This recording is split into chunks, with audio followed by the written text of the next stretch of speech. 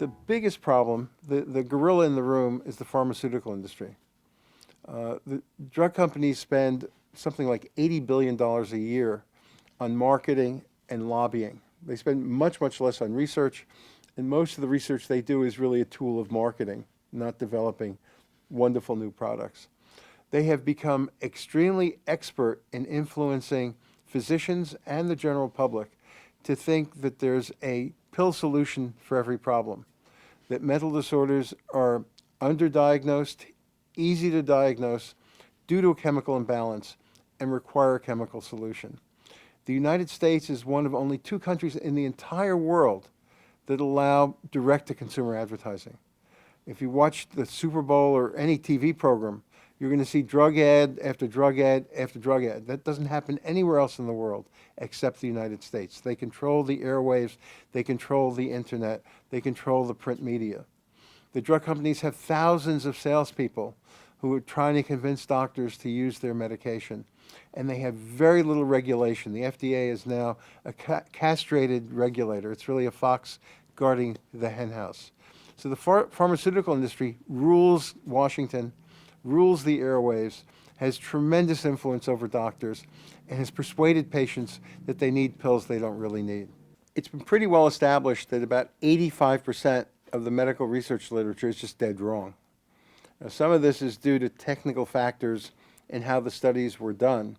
A lot of it is due to the fact that pharma influences the research disproportionately and only reports positive studies while doing its very best to bury negative studies and not to report adverse events.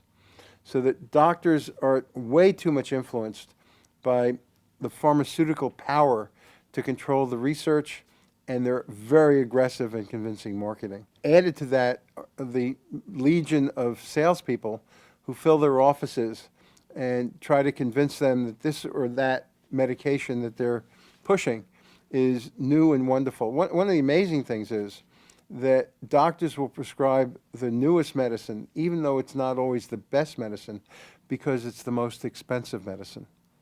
That the drug companies, through aggressive peddling, through paralyzing Washington, can charge exorbitant prices for drugs that give them the motive and also the means, with all the profits, to Shanghai the medical enterprise through aggressive, misinforming propaganda about the value of medicine. At the same time, psychotherapy is just as effective and more enduring than medication for most mild to moderate psychiatric problems, but it has no publicity. Psychotherapists don't have billion-dollar budgets to advertise on TV the values of psychotherapy. It's a David and Goliath struggle where the people who are concerned about medication have very few resources, and the Goliath, the pharmaceutical industry, spends billions and billions of dollars influencing doctors, influencing the public, and influencing the politicians. So this, accumulated over the course of the last 20 years, results in a tremendous medication overdose of the American public. And it's not just psychiatry. Psychiatry is a very small part of this. That the problem of over-medication, over-treatment in general, pervades all of medicine.